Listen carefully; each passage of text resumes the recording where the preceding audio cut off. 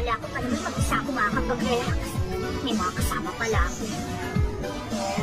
Pero okay lang naman. Ito ang dapat gawin sa katawan natin pagkatapos ng misyon, hindi ba?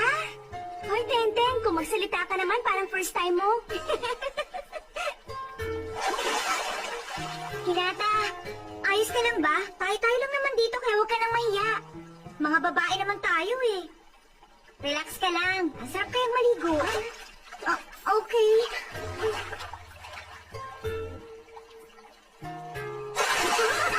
Pasensya na.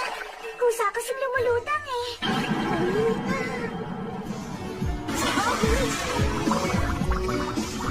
Bigla tuloy ako naingit kay Hinata kasi pinagpala siya. Kung saan ko lumulubog.